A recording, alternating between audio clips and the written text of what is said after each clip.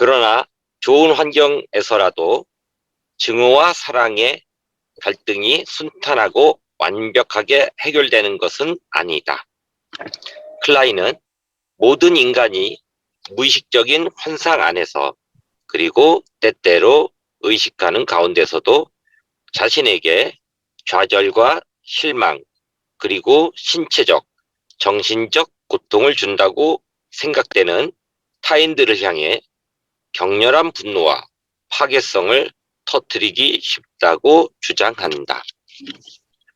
반복해서 사랑하는 대상을 향하는 파괴성은 우울불안 및 죄책감과 대상을 회복시키려는 끝없는 욕구를 낳는다. 특히 상황이 안 좋을 때 아이의 파괴성은 너무 커져서 대상 세계 전부가 파괴될 위험에 처하게 된다. 이때 아이는 편집 분할적 자리로 후퇴함으로써 일시적인 안전을 얻고자 한다. 이제 좌절을 주는 타자는 전체 대상으로서가 아니라 나쁜 대상으로서 경험된다. 그러나 어딘가에는 자신에게 고통을 주지 않는 좋은 대상이 있다. 아이의 파괴성은 이제 다시 한번 악한 대상과의 관계에만 제한되고 그는 일시적으로나마 자기의 분노가 가져오는 파괴로부터 안전한 저곳에 좋은 대상이 있다고 안심한다. 여기서 지금 잘 생각해 보시면 아이의 심리 내적인 상황과 현실적인 상황을 구별해서 생각을 해보세요. 아이가 우울적 자리에 가 있는 경우는 좋은 대상과 나쁜 대상이 둘이 아니고 하나라고 생각되기 때문에 여기서 그 대상을 배려하는 여러 마음 때문에 자기의 파괴성이 사용될 때 굉장히 큰 갈등이 일어나죠. 미움과 사랑의 갈등이, 여기 미움과 사랑의 전쟁이 일어나는 거예요. 자기 안에 파괴하고 싶은 욕구와 그리고 대상을 잘 보호하고 싶은 욕구가 갈등을 일으키잖아요. 그러니까 대상 자체가 전체 대상으로 인식되는 순간 내가 파괴하려고 하는 저 대상이 내가 사랑하는 대상이기 때문에 한쪽에서는 파괴하고 싶고 한쪽에서는 파괴하는 것을 말리고 싶은 욕구가 생겨나죠. 그러니까 이게 이 마음 안에 전쟁이 일어난다고 마음의 갈등 구조가 있게 되면 불편하다는 얘기예요. 그래서 자기는 이 전체 대상을 파괴하고 싶지 않은 거예요. 사랑의 대상을 파괴하고 싶지 않다고 생각이 되니까 그러면 여기서 심리 내적으로 좋은 대상과 나쁜 대상으로 또 분열시키는 이런 방어 기제가 작용한다는 거예요. 그럼 지금 나를 지금 내가 대하고 있는 대상은 나쁜 대상이라고 인식할 가능성이 있죠. 그런데 나를 사랑해주는 엄마는 또 따로 있다고 보는 거죠. 이게 자기 안에서의 갈등은 현저하게 감소하죠. 자기 안에서 자기의 공격성, 좌절로 인해 생겨나는 공격성을 어디가 분출해야 되는데 대상이 전체 대상일 경우에는 나한테 마음의 갈등이 있다는 얘기예요. 파괴하고 싶은데 파괴하면 안 된다고 하는 내적 자기 안에 갈등이 발생하기 때문에 이 갈등으로 벗어나고자 싶어. 이 갈등으로부터 벗어나는 방법이 아이 입장에서는 지금 저 대상은 나쁜 대상이야. 좋은 대상은 따로 있어라고 생각하는 순간은 저 대상은 내가 마음껏 공격이 되는 대상이 되죠. 그러니까 이게 어떤 면에서는 아이 입장에서는 심리적인 안정을 가져온다고 볼 수 있지만 외부 현실로 봐서는 굉장히 위험한 상황이 되는 거죠. 이 아이니까 괜찮은데 보드라인 레벨에 있는 사람의 경우에 이게 똑같이 일어난다는 얘기예요. 그러니까 지금 나하고 대하고 있는 저 대상이 좋기도 하고 나쁜 저 사람이 지금 나한테 굉장히 언짢게 하지만 또 저분이 나를 참 도와주고 많은 이런 역할을 해주는 분이라고 하는 생각이 이 두 가지 생각이 같이 있으면 이 경계선 심리 상태에 있는 이분이 대상을 공격하기 힘이 약해지죠. 저 사람 한번 때리고 싶어도 때린다고 하는 것은 저 사람한테 내가 받은 은혜도 있고 내가 저 사람과의 좋은 관계를 유지하고 싶은 생각도 있는데 내가 저 사람을 공격하게 되면 내 관계가 다 무너진다. 그 전체 대상을 잃어버릴 것 같은 두려움이 생기죠. 그런데 이 과정 속에서 보드라인 레벨에 대해서 이 상황이 어려워지면 그 대상은 그냥 무조건 나쁜 대상으로 봐버리는 거예요. 오늘 나를 만나고 있는 저 대상은 나쁜 사람이야. 그 나쁜 대상에 대해서는 어떤 자기 안에 이걸 통제할 수 있는 이 사랑의 힘이 이미 사라지죠. 사랑의 에너지가 이거 어떠면 공격 에너지를 제어할 수 있어야 되는데 이 공격 에너지를 중화시키거나 제어할 수 있는 자율 조절할 수 있는 에너지가 여기에 동원되지 않게 되는 거죠. 민통선이라고 할까요? 민간 통제선에서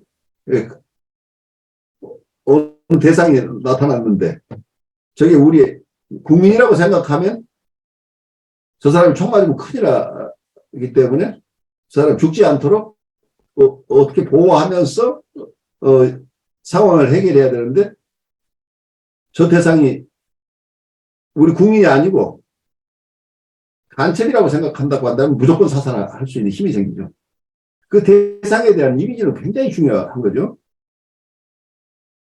단순한 심리 내적인 문제가 아니란 얘기예요. 대상이 나쁘기만 한 대상이라고 딱 보이는 순간은 내 공격성에 제한 없이 공격성을 사용하게 되는 거죠. 그런데 그 공격 대상이 내가 아는 사람이라고 생각하고 나하고 이런저런 관계가 있는 사람이라고 한다면 내가 함부로 공격하지 못하는 거죠. 공격을 하더라도 저 사람이 죽지 않을 만큼 내 불편하다는 것을 표현하는 정도로 끝나는데 저 사람은 나하고 전혀 상관없는 사람이고 내가 지금까지 봤던 헛거야. 저 사람은 진짜 나쁜 사람이야. 저 사람은 올 배드라고 느끼는 순간에 이 사람의 이 올 배드를 느끼는 이 사람의 공격성은 제어 없이 발휘된다는 얘기죠. 그러니까 아이 입장에서 엄마가 좋기도 하고 나쁘기도 한 이 우울적 자리에서 느꼈던 엄마가 아니고 지금 정말 나쁜 엄마야. 배드 브레스트라고 나쁜 젖가슴이라고 느끼는 순간에 엄마를 가차없이 공격하는 힘이 생기는 거예요. 그런데 이게 통합이 되면 우리 엄마 내가 엄마를 때렸네? 우리 엄마 아프지 않을까? 하는 걱정이 생겨나요. 이게 우울적 자리인데 좌절이 많아지면 아이들이 이 자기 안에 마음의 갈등을 겪지 않으려고 하기 때문에 무의식적으로 결국 이런 분열 방어가 생겨난다니. 근데 아이만이 아니라고 하는 것을 우리가 임상적으로 잘 생각해 보자니 어른인데도 사회생활을 하다가 관계가 좋기도 하고 나쁘기도 하고 이런 많은 관계를 가졌는데 어느 순간에 자기 마음에 안 드는 부분이 생겼어요. 근데 대부분 건강한 사람들은 저 친구 오늘 왜 나한테 이렇게 함부로 하지? 오늘 내 기분은 몹시 언짢은데 저 친구가 무슨 사정이 있나? 혹시 요즘 하는 일에 뭐 어려움이 있나 하는 걱정도 함께 가잖아요. 저 친구 허되게 나무라고 싶은 생각도 있지만 또 한편에서는 걱정하는 부분이 있다는 얘기예요. 이렇게 건강한 자리에 있거나 최소한 우울적 자리에 있게 되면 상대를 배려하는 마음과 내 공격하고 싶은 욕구가 함께 있으면서 여기에 적절한 어떤 대응을 할 수 있게 되는데 편집 분열적 자리로 가게 되면 어느 순간에 내가 굉장히 기분이 언짢아지면서 내가 저 사람은 정말 나쁜 사람이야. 내가 지금까지 본 것을 헛거라고 생각하면서 저 사람은 정말 나쁜 존재라고 느끼는 순간 내가 아주 심하게 공격을 하게 돼서 관계가 완전히 절단나버리는 경우가 발생하는 거죠. 근데 임상에서 보면은 어제까지는 이상화에서 선생님이 최고라고 이렇게 계속 지금 몇 달간 선생님 때문에 제가 이렇게 잘 하고 있습니다라고 하다가 어느 순간 좌절이 심해지는 순간 선생님이 지금까지 제게 한 게 뭐 있어요? 라면서 공격할 때는 정말 서로 아무 관계가 없는 사람을 공격하는 그런 모습으로 공격성이 나오죠. 이상화하고 평가절하가 경우에 따라서는 아주 쉽게 번갈아 가면서 일어나는 게 이게 어떤 경계서 레벨에 있는 내담자 중에 심한 분은 이러한 이상화와 평가하잖아. 그래서 좋은 대상으로서 나와 나쁜 대상으로서 나를 분열시켜서 계속 어느 지점에서는 좋은 대상으로 나를 인식하고 그 다음에는 나쁜 대상으로 인식하기 때문에 이 상담자가 이런 상황에서 내담자를 컨테이너하기가 굉장히 힘들어지다. 우리 역전이가 워낙 강하게 일어나니까. 왜냐하면 이분이 가차없이 공격할 때는 내가 나를 방어해야 되고 또 정말 저 사람이 미워요. 믿기 때문에 내 이대로 넘어갈 수 없는 이런 상황이 이제 일어나니까 이걸 컨테인하지 못하면은 이분들을 돌보기 어렵다는 얘기예요. 그래서 어떨 때는 굉장히 따뜻하게 다가오지만 어느 순간은 아주 차갑게 이렇게 다가오기 때문에 이 정도가 각각 다른데 아주 심한 분일수록 이러한 좋은 대상, 나쁜 대상의 분열이 쉽게 일어나고 조금 전까지 좋은 대상으로 나를 인식하다 그 다음에 아주 나쁜 대상으로 인식하는 이런 것이 같은 회기 내에서도 일어나기 때문에 상담자가 이걸 컨테인하면서 중립적으로 이분을 잘 돕기가 어렵다는 얘기예요. 우리가 역전의 장이나 혹시 대인관계에서 얘기하는 이넥트먼트가 일어날 가능성이 굉장히 높은 거죠. 우리가 이걸 참아내기가 어렵다는. 그러니까 아이를 키우는 엄마 입장에서도 아이가 심하게 엄마에게 대들 때 이걸 참아내기 어렵잖아요. 아이가 그때는 현재 분열책자를 가서 엄마가 좋은 것은 하나도 없고 무조건 나쁘기만 한 대상으로 그 순간을 느끼는 거예요. 그러니까 분열된 모습으로 봐버리기 때문에 지금은 나쁜 엄마, 나쁜 젖가슴, 나를 버리는 젖가슴으로 인정하는 순간에는 그때 아이들은 제한 없이 공격성을 사용하기 때문에 엄마가 이걸 감당하기 어렵다는 얘기예요. 근데 이 역동이 단순하게 우리가 발달 이론으로만 보시지 말고 임상적인 이론 혹은 여러분들이 사회에서 사람들하고 관계 맺는 과정 속에서 일어나는 현상이래요. 이게 멜라니크라는 이론은 굉장히 중요해요. 왜냐하면 이게 한번 어린 시절에 그걸 경험했다가 아니라 우리는 계속해서 이 경험을 한다는 얘기예요. 어느 순간에는 우리가 균형 잡힌 관계로 사람들과 관계가 이루어지는데 좋은 대상과 나쁜 대상 이런 것들이 아니라 통합된 인격으로서 저 사람한테는 좋은 점과 나쁜 점 그리고 좋은 점과 나쁜 점을 겸비한 나 어차피 내가 다 좋지도 않고 그렇다고 다 버릴 것도 아니고 애쓰고 있는 나를 그대로 있는 모습대로 나를 가져올 수 있고 대상도 저 사람도 스트럭을 하면서 사는 대상으로 볼 수 있는데 좌절이 심해지는 경우에는 이게 분열이 일어난다. 대상에 대한 분열, 자기에 대한 분열. 그러니까 우리가 이걸 체험할 수도 있고 우리를 그렇게 대하는 대상을 만날 수도 있는 거죠. 그래서 어린아이를 키울 때 엄마가 느꼈던 정서가 임상가가 임상에서 느끼는 정서와 매우 유사하다고 보여요.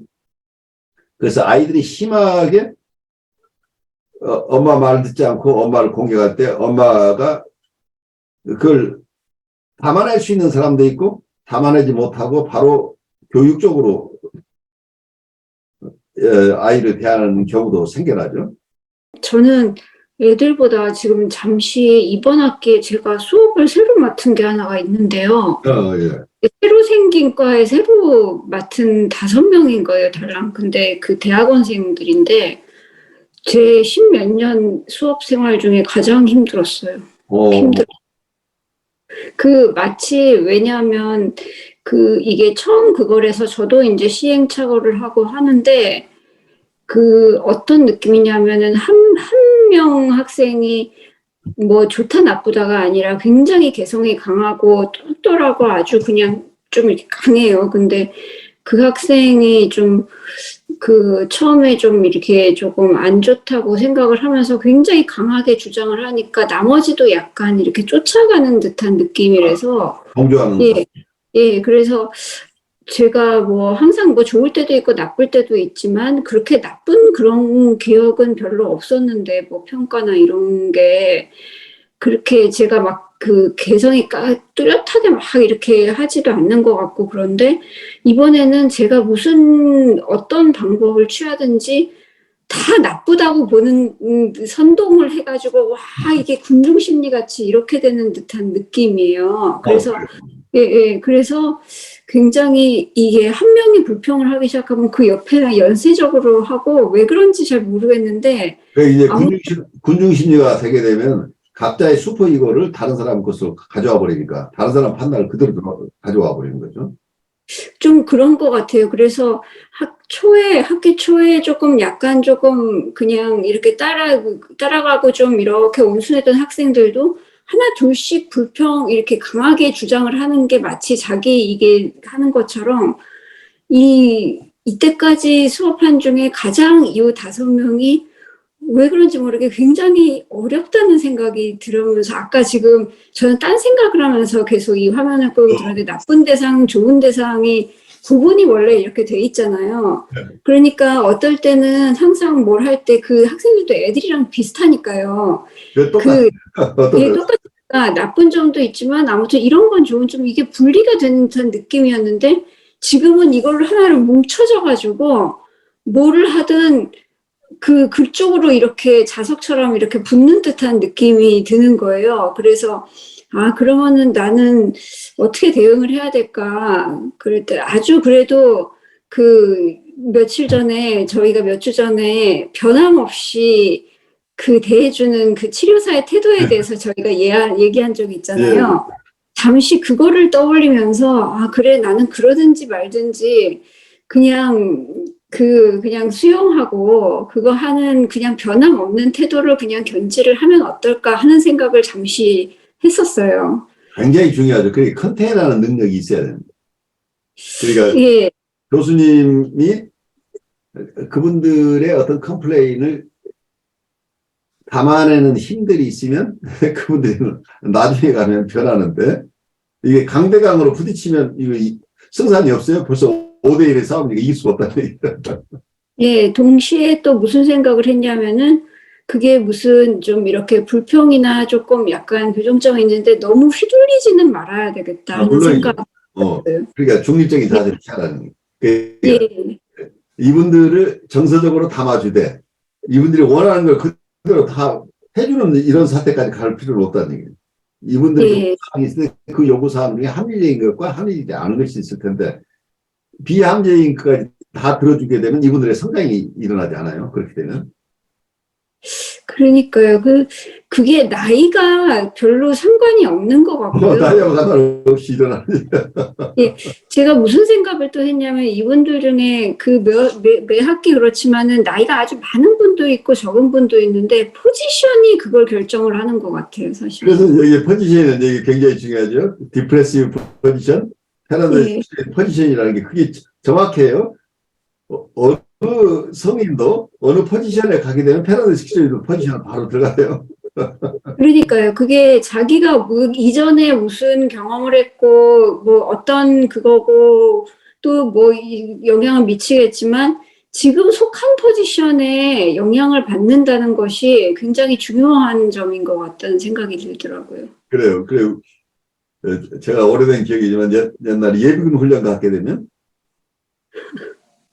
예비군 복장을 하는 순간 사람들은 다 똑같아져요. 건들건들 이렇게 되나요? 그러니까. 지금은 학생의 포지션이란 말이에요. 그렇죠. 그러면 예, 이렇게 뭉뚱그려가지고 같은 그게 되고 사실 저도 그럴 것 같아요. 저도 그렇게 될 수 있을 것 같고 아무튼 여러 가지 생각을 했습니다. 김동환 선생님도 사람들 티칭하면서 경험이 많을 텐데 어때요? 네, 그게 참 쉽지 않고 어떤 때는 좀 받아들이기가 힘들고 그래서 그런 분들은 좀 안 왔으면 좋겠다 그렇죠. 마음이 많이 들고 합리화가 많이 되더라고요. 근데 어떤 합리화냐면 다른 사람한테 피해를 주니까 내가 이걸 걸러야 되는 역할이지 않나 이런 생각을 하는데 어떻게 보면 옳은 것 같기도 하고 네, 그래요. 그런데 예 그게 참 수업 시간에 이렇게 대놓고 막 이렇게 공격 그게 일리가 있으면 좀 이렇게 논의라도 할 텐데 그렇지 않는 경우에 좀 난감한 경우가 있더라고요. 그래요. 가르치는 입장에 있는 교수분들이 이걸 소화 못하는 경우에 따라서 이제 심한 경우에는 학생들하고 싸우는 것도 나와요. 그거 아주 조심해야 돼요. 어떤 경우에도 엄마가 애하가 싸우면 안 되는 거예요. 그럼 뭐 엄마가 지는 거니까. 근데 이제 그 경우에 대부분 그렇게 심하게 하시는 분은 심리적인 어려움이 있는 분들이에요. 그래서 만약에 이분들을 그냥 교육적인 측면에서 바로 이분들 통찰을 주는 쪽으로 가게 되면 엄청난 상처를 받고 그 분노를 참지 못해요. 그래서 이분들을 정서적으로 커뮤니케이션을 해줘야 되는 어려움이 있는 거죠. 특히 중학교, 고등학교 선생님도 힘들고 교수님도 힘든 게 단순히 지식의 교환을, 지식을 주고받는 어떤 그런 게 학습이 아닌 거죠. 그 속에서는 인격적인 교류들이 일어나기 때문에 인격적인 교류 속에 정서적인 부분들이 포함될 수밖에 없는데 지금 자기 안에 있는 여러 정서들을 투사할 수 있는 대상으로 우리가 기능한다는 얘기. 특히 권위자로서 가르치는 사람은 드러나기 때문에 지금까지 자기에게 권위를 가졌던 사람들에 대한 이미지들을 우리에게 투사하는 거죠. 근데 문제는 이게 1대1의 경우는 그래도 괜찮은데 그 투사가 좀 명백하게 드러나는데 많은 수의 다중 속에서 이런 현상이 일어나면 어느 사람이 강렬한 정서가 드러나게 되면 많은 경우에 거기에 동조하는 이런 정서적인 동화 현상들이 일어나면서 마치 그 하나의 그룹이 형성되고 그래서 그 한 사람이 주도하고 있는 정서에 다 오염되는 이런 사태가 일어나고 그래서 그분들하고 교류하는 게 굉장히 힘드는데 그 현상을 우선 심리적으로 우리가 이해를 하면 그래도 어렵지만 그래도 좀 컨테인할 수 있는데 이걸 전체적인 심리 역동을 우리가 이해하지 못하면 바로 우리가 맞대응을 하게 될 가능성이 있는데 그런 경우에는 승산이 거의 없어요. 그래서 아주 조심스럽죠. 그래서 그분들을 잘 도우면서도 나도 안전해야 되는데 어떤 경우에 그분들을 우리가 담아내지 않고 대응하게 되면 그분들도 상처를 받고 또 나도 안전하지 않은 이런 어려움으로 가버리는 거죠. 그래서 사실은 굉장히 어려운 답이에요. 가르치는 답이. 과거에는 군사부 일체라고 그래서 스승은 사표로서 본받아야 할 중요한 대상으로서의 기능을 수행해 왔습니다. 옛날에는 서당 제도나 뭐 이제 이런 제도는 한 선생님이 아이들을 어려서부터 쭉 양육하면서 예의 범죄로부터 그리고 학문에 이르기까지 전체 인격 형성 과정에 개입을 했었던 거죠. 그런데 지금은 많은 학생들이 선생님들 하나의 직업인으로 다뤄버리기 때문에 어느 특정한 지식을 전달하는 그런 기능을 가진 분으로만 받아들이는 경우에는 서로 인격적인 교류를 하기가 굉장히 어려워지는 경우도 발생하는 거죠.